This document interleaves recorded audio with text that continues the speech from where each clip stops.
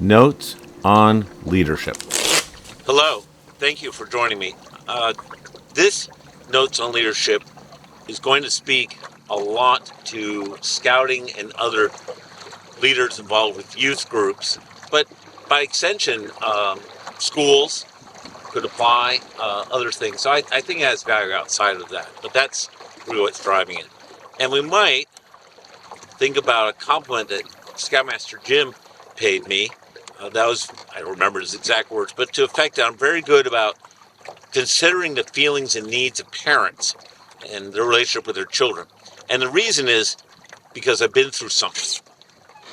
So I need to talk about this subject, and it's rather painful. If it hurts you to hear it, it hurts a lot more to live it. I've seen and heard things from particularly adult leaders referencing families with divorces that shock and appall me, frankly. So I may be a bit cross during this video, but it's deserved. Because I gotta say, dude, don't be a jerk. So let's talk about what a divorce is with the parents, guardian parents, and then we can certainly talk about the kids. I'd like you to imagine, please, if you have children, a group of people charging you very large amounts of money, backed by the awesome power of the state, dictating the terms of your relationship with your children and how your money is going to be spent and how your children are to be raised, all kinds of things. And the only qualifications they have are law degrees. They've probably never met your children. It's not to say they're going to listen intently to you or a child therapist or school officials or teachers. They're just going to come in and say, this works for me, pay me, the decisions have been made. Okay. There's things that intact families just aren't dealing with that divorced families have to deal with. And think about it, unless you're very wealthy and you have a summer home or some such experience, mom, dad, the kids, they all live in the same house. So from an admin logistics standpoint, the camping gear we're going to need for this weekend, it's right here. If we need to discuss plans, we can do that around the dining room table. It's very easy. You may think it's hard. No, by comparison, it's very easy. You may have your financial struggles. That's not uncommon at all. But the efforts of both adults and the family are working ostensibly towards a common financial goal and a single household versus two households and not necessarily working towards common financial or other goals. Just things that if you're not divorced, you don't deal with. If you are divorced, everything gets much harder. Intact family, unless you're away on a business trip or something, you see your kids most every day. Indeed, it comes home to me when adults will talk about, yeah, I get a break for my kids, which for me is never a good thing. It's an imposed thing, right? Because it's a different world, right? So what can you do that would be helpful? All right, few rules. One, let's start with this, the admin logistics of it, all right? If a parent says, hey, I need to take my child home early from this event because reasons, don't compel them to explain it to you. They may not be able to because they have no business discussing their divorce in front of their children, right? Just let them do it. If there's separation issues, all right? And think about this, some parents divorce, dad sees the kids every other weekend, 2 weeks in the summer, or maybe there's a more joint, equitable divorce arrangement. But in many cases, there are families where the parents live in different states, and mom will have the kids 10 months a year, and other than like Zoom calls or phone calls, dad doesn't see them, and then dad collects them and has them for 2 months in the summer, right? That kind of serious gap affects kids, it affects parents, right? Well, that's not very helpful. let's carry on. Don't take sides. I get it. You're probably going to like one parent more than the other. Or maybe it's this kind of edgelord thing where like, haha, I'm going to poke this with a stick. Don't do it. Seriously. Okay.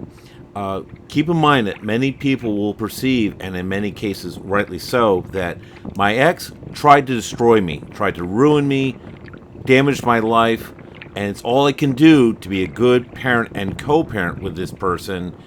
So when you're paying compliments to that person that harmed me, I don't appreciate that. Okay? The one compliment that's okay to say, I would think, is I really respect how you co-parent. All right? Something like that. But if you're going to poke the bear with a stick, as it were, be ready for that parent to say, you know what?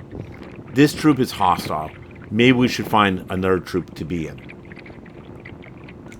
Accommodate participation. You may have a situation where, like, dad sees the kids every other week. He has a younger daughter, perhaps, and so he can't go on the camping trips.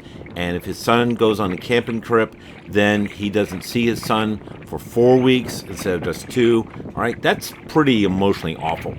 So if he proposes, hey, could I join with my daughter for the day activity, then he can have some time with his son and his daughter.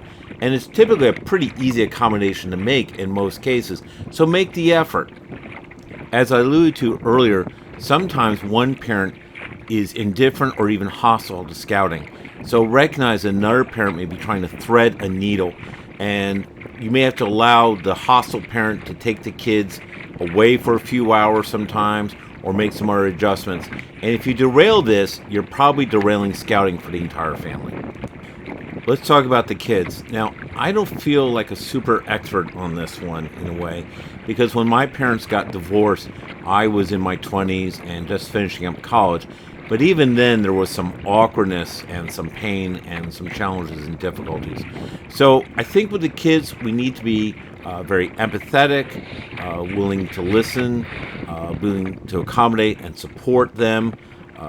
Let them have scouting and make sure they have some success. You can think about this.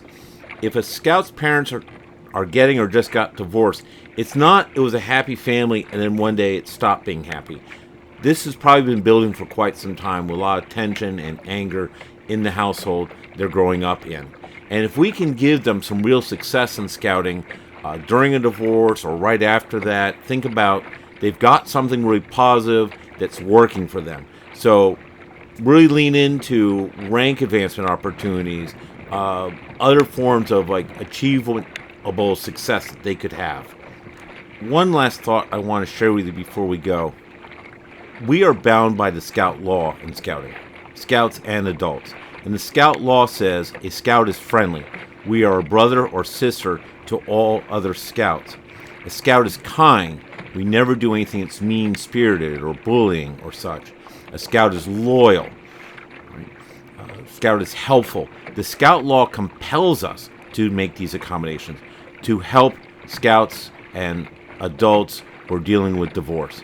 This isn't about choice. This is an imperative. Thank you very much for joining me. I recognize this has been an unpleasant subject delivered in a manner that wasn't overly pleasant. But again, if you've been through a divorce or you're going through one, you have a certain understanding that people who've never been through one, even if maybe their parents have, they're missing that understanding.